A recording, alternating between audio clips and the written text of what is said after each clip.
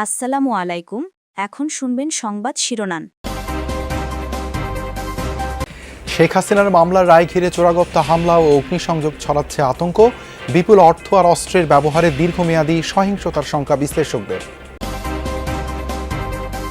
রংপুরের ব্যবসায়ী আশরাফুলকে ফাঁদে ফেলে অর্থ আদায় ছিল হত্যাকারী জরেজ ও তার প্রেমিকার টার্গেট, জানালো র্যাব। নয়াপাড়া গ্রামে খণ্ডিত মরদেহের দাফন সম্পন্ন। বরিশাল বিভাগের হেডকোয়ার্টার হিসেবে বিবেচিত ৫ সংসদীয় আসনটি ফিরে পেতে চায় বিএনপি। অবস্থান পাকাপোক্ত করতে মরিয়া ইসলামী দলগুলো।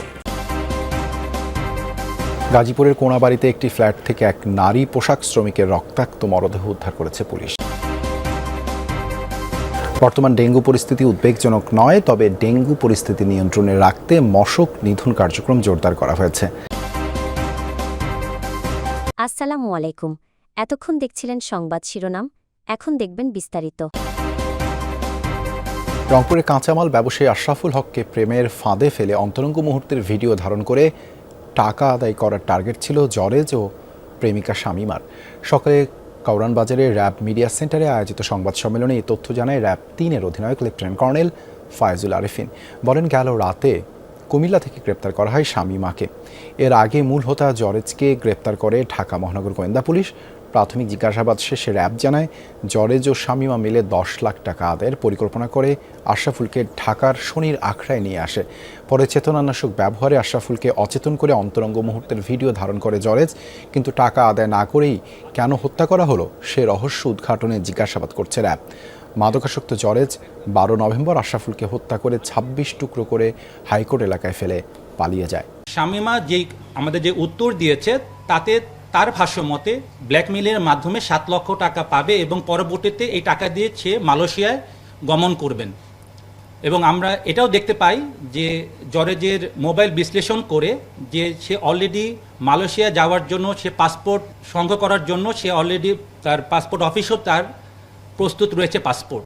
রাজধানীর জাতীয় ঈদগাহ মাঠের পাশ থেকে খণ্ডিত অবস্থায় উদ্ধার হওয়া আশরাফুল হকের জানাজা ও দাফন সম্পন্ন হয়েছে। সকাল 8:30টায় রংপুর বদরগঞ্জের নয়াপাড়া গ্রামে জানাজা শেষে পারিবারিক কবরস্থানে সমাহিত করা হয় আশরাফুলকে।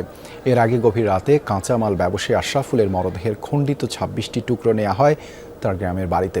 গত বৃহস্পতিবার সন্ধ্যায় রাজধানীর জাতীয় ঈদগাহ মাঠের পাশের সড়ক থেকে ২ ড্রাম ভর্তি খণ্ডিত মরদেহ উদ্ধার করে পুলিশ। এই ঘটনায় মূল আসামি জরেজুল ইসলাম ও তার প্রেমিকা শামীমাকে গ্রেপ্তার করেছে আইনশৃঙ্খলা বাহিনী। গাজীপুরের কোনাবাড়িতে একটি ফ্ল্যাট থেকে এক নারী পোশাক শ্রমিকের রক্তাক্ত মরদেহ উদ্ধার করেছে পুলিশ। ভোরে কোনাবাড়ির বাইমাইলের নওয়াব আলী মার্কেটে এলাকার একতা টাওয়ার থেকে মরদেহটি উদ্ধার করা হয়। গুরুতর আহত অবস্থায় তার স্বামীকে উদ্ধার করে হাসপাতালে পাঠানো হয়েছে। পুলিশ ও স্থানীয়রা জানায়, স্ত্রী রহিমা খাতুন ও মেয়ে শারমিনকে নিয়ে বাইমাইলের একতা টাওয়ারের ৫ম তলার একটি ফ্ল্যাটে ভাড়া থাকতেন ইমরান হোসেন। গত রাতে দুর্বৃত্তরা ওই বাসায় প্রবেশ করে এই দম্পতিকে এলোপাতাড়ি কুপিয়ে পালিয়ে যায়। ঘটনাস্থলে মৃত্যু হয় রহিমার। খবর পেয়ে পুলিশ গিয়ে মরদেহ উদ্ধার করে। গুরুতর আহত স্বামী ইমরানকে হাসপাতালে এবং মরদেহটি মর্গে পাঠায় পুলিশ। নিহতের মেয়ে শারমিনকে হেফাজতে নিয়ে জিজ্ঞাসাবাদ চলছে। এ বিষয়ে আইনগত ব্যবস্থা প্রক্রিয়াধীন রয়েছে বলেও জানিয়েছে পুলিশ। সিটি কর্পোরেশন ও সদর উপজেলা নিয়ে গঠিত বরিশাল সংসদীয় আসন ৫ দক্ষিণাঞ্চলের রাজনীতিতে গুরুত্বপূর্ণ আসন এটি। বিভাগীয় হেডকোয়ার্টার হিসেবে বিবেচিত এই আসন থেকে নির্বাচিত জনপ্রতিনিধির প্রভাব থাকে জাতীয় রাজনীতিতেও। তাই বড় দলগুলোর মনোনয়ন পেতে নেতাদের মধ্যে চলে তীব্র প্রতিযোগিতা। আগামী নির্বাচনে হারানো আসন ফিরে পেতে চায় বিএনপি, আর বরিশাল ৫-এ অবস্থান পাকাপোক্ত করতে মরিয়া ইসলামী দলগুলো। ভৌগোলিক অবস্থানের কারণে দক্ষিণাঞ্চলের ২১ আসনের মধ্যে গুরুত্বপূর্ণ বরিশাল ৫। ৩২৫ বর্গ কিলোমিটার আয়তনের এই আসনে রয়েছে বিভাগীয় শহর ও সিটি কর্পোরেশন। বরিশাল ৫ আসন থেকে নির্বাচিত সংসদ সদস্যের প্রভাব থাকে দক্ষিণের রাজনীতিতে। এছাড়া সরকারের দায়িত্বশীল পদেও থাকেন এই আসনের বিজয়ী প্রার্থী। এটা একটা পলিটিক্যাল হাব নিঃসন্দেহে, এবং কালচারাল হাব, একটা সোশ্যাল হাব, এবং এখানে পলিটিক্সটা বা পলিটিক্যাল অ্যাক্টিভিটিস বর্তমান সময় না, বহুত আগের থেকে হয়ে আসছে। বরিশাল হচ্ছে বিভাগীয় সদর, সেই হিসাবে সমগ্র বিভাগের প্রাণকেন্দ্র এটি। যিনি এমপি হন, সাংসদই হন, উনি আসলে অলিখিতভাবে সমগ্র দক্ষিণাঞ্চলের রিপ্রেজেন্ট করেন এবং সমগ্র দক্ষিণাঞ্চলের নেতৃত্ব দিয়ে থাকেন। 1991 থেকে 2008 পর্যন্ত বিএনপির দখলেই ছিল বরিশাল 5। এর আগে 1979তেও এখান থেকে সংসদ সদস্য নির্বাচিত হয় বিএনপির প্রার্থী। তাই এ আসনে মনোনয়ন চেয়েছিলেন দলের হেভিওয়েট 6 নেতা। এবারও দলের আস্থা বিগত 4 বারের সংসদ সদস্য মজিবুর রহমান সরোয়ারি। মনোনয়নের পর দলীয় হাইকমান্ডের নির্দেশে প্রকাশ্যে ঐক্যবদ্ধ থাকলেও ভিতরে অনৈক্যের হাওয়া বইছে তৃণমূলের বিএনপিতে। ইসলামী আন্দোলন বাংলাদেশের মূল কেন্দ্র চরমোনাই দরবার শরীফ বরিশাল সদর উপজেলায়, তাই তাদের জন্য গুরুত্বপূর্ণ এই আসন। এখানে প্রতিদ্বন্দ্বিতা করবেন দলের সিনিয়র নায়েবে আমির মুফতি ফয়জুল করিম। সংসদ সদস্য ও সিটি মেয়র পদে প্রার্থী হয়ে নির্বাচনের অভিজ্ঞতা রয়েছে তার। আমি মনে করি ওই পুরানো অঙ্কে অমুকের এত ভোট ছিল তমুকের তত ভোট ছিল, এগুলো আসলে কিছু না। মানুষ যেহেতু নতুনভাবে অঙ্ক করতে শিখছে, এখন নতুন অঙ্ক কষবে।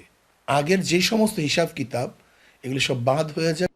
দীর্ঘদিন পর নির্বাচনের মাঠে বাংলাদেশ জামায়াতে ইসলামী। বরিশাল 5 আসন থেকে প্রার্থী হয়েছেন দলের সহকারী সেক্রেটারি জেনারেল মুয়াজ্জেম হোসাইন হেলাল। ভোটের মাঠে জয়ের ব্যাপারে আশাবাদী তিনি। জামাত ইসলামী যে সিদ্ধান্ত নিয়ে যাকে নমিনি হিসেবে মনোনয়ন দিয়েছে, তাদের সেই ভাইকে নিয়ে তারা কাজ করতে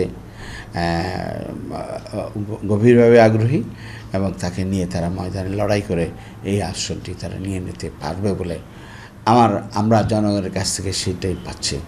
বরিশাল 5 আসনে মোট ভোটার সংখ্যা 4,93,950, নারী ভোটারের সংখ্যা 2,47,000 এবং পুরুষ ভোটার 2,46,943। হিজড়া ভোটার আছেন 7 জন।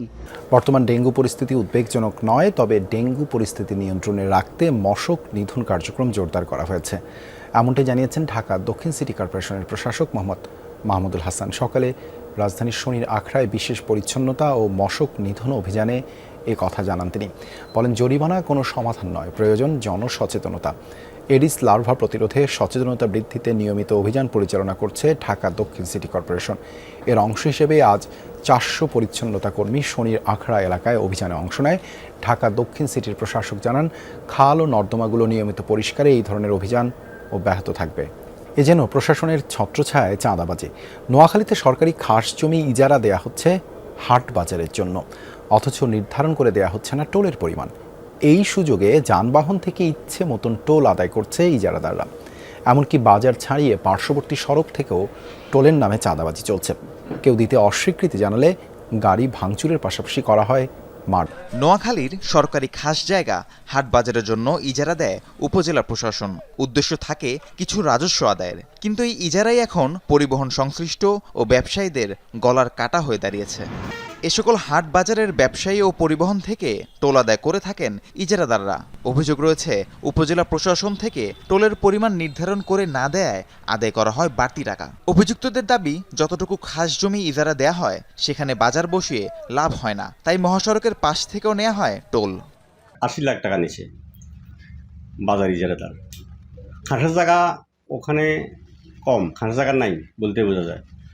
আর আপনার ওই যে হাইওয়ে সাইডে বসি কিছু খাজনা টাজনা আমরা নিচ্ছি,